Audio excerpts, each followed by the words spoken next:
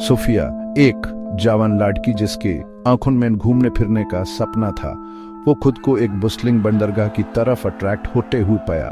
नमकीन हवा ने यूं ताजा कर दिया, सी गर्ल्स के शोर ने उसके कान भर दिए। वो एक छोटे से काफे पे रुकी। उसका ब्लू और व्हाइट ऑनिंग दोपहर की सन से शेड का वादा कर रहा था। वो वही थी जब उसने उस देखा एंड्रियास। वो अकेला बैठा था, एक कप कॉफी पी रहा था। उसका चेहरा सन से टैंड और थोड़ा साड में एक अलग किस्म का अट्रैक्शन था। सोफिया क्यूरियोसिटी के पुल को रेजिस्ट न कर सके, उसकी टेबल के पास गई। हेलो, उसने ट्राई किया। उसकी आवाज में थोड़ी झिझक थी। Is this seat taken? Andreas ने ऊपर देखा। उसकी आंखें जो स्टॉर्म के बाद सी के कलर जैसी थी उसकी आंखों से मिली। उसके चेहरे पर एक धीमी सी मुस्कान फैल गई। For a beautiful woman like yourself, never.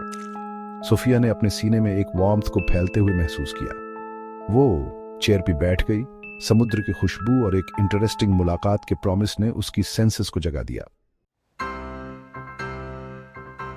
Andreas पता चला एक सेलर था। वो दूर देशों और समुद्र के अनप्रेडिक्टेबल नेचर के बारे में बात करता था। सोफिया कंप्लीटली एंग्रोस्ड उसकी हर बात को ध्यान से सुनती थी।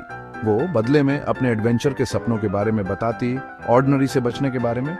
वे आसानी से घुल मिल गए। सोफिया एंड्रियास के ड्राई विट से इम्प्रेस्ड खुल के हंस रही थी।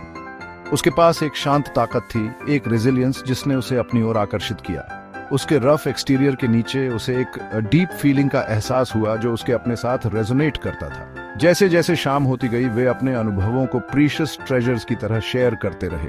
हर शेयर्ड एक्सपीरियंस, हर हंसी का ठहाका उनके बीच एक अदृश्य धागा बुनता गया, उनकी आत्माओं को सबसे अनएक्सपेक्टेड तरीके से जोड़ता गया। फिर भी सोफिया ने एंड्रियास की आंखों में दर्द की एक झलक देखी। जब भी बातचीत उसके अतीत की ओर मुड़ती, वो अपने परिवार के बारे में, समुद्र से पहले अपनी जिंदगी के बारे में बहुत कम बोलता था।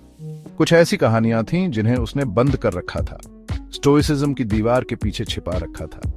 एक शाम जैसे ही सूरज क्षितिज से नीचे डूबा, आसमान को नारंगी और बैंगनी रंग में रंग दिया, एंड्रियास ने आखिरकार हार मान ली। उसने एक खोए हुए प्यार के बारे में बात की, एक विश्वासघात के बारे में जिसने उसे भटकने पर मजबूर कर दिया था।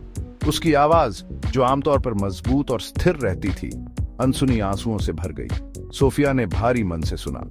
उसने उसका दर्द देखा, कच्चा और खुला, और उसे सहानुभूति की एक लहर महसूस हुई।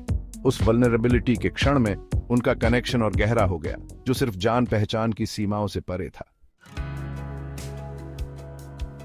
अगली सुबह एंड्रियास ने सोफिया को अपनी नौका पर अपने साथ आने के लिए आमंत्रित किया। वह हेल्म पर खड़ा था, उसका चेहरा जुनून से भरा हुआ था जब वह नाव को लहरों के बीच से गाइड कर रहा था। नमकीन हवा सोफिया के बालों से होकर गुजरी, अपने साथ आजादी की खुशबू लेकर। समुद्र की विशालता ने उसे नम्र और रोमांचित दोनों किया। यह उसकी अपनी आत्मा के भीतर की असीमता को दर्शाता हुआ एक दर्पण था।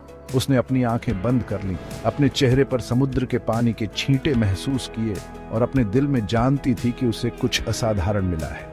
उसे एक ऐसे आदमी से कनेक्शन मिला था जो समुद्र की भाषा समझता था, एक ऐसा आदमी जो अपने दर्द को शांत गरिमा के साथ ढोता था।